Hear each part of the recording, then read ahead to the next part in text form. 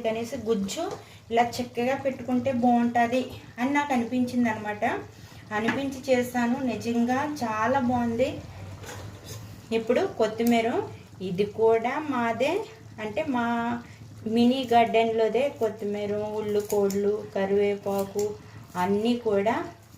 మీకు స్పేస్ ఉంటే ఇప్పుడు ఆన్లైన్లో దొరుకుతున్నాయండి చిన్న చిన్న బ్యాగ్స్ టైపు.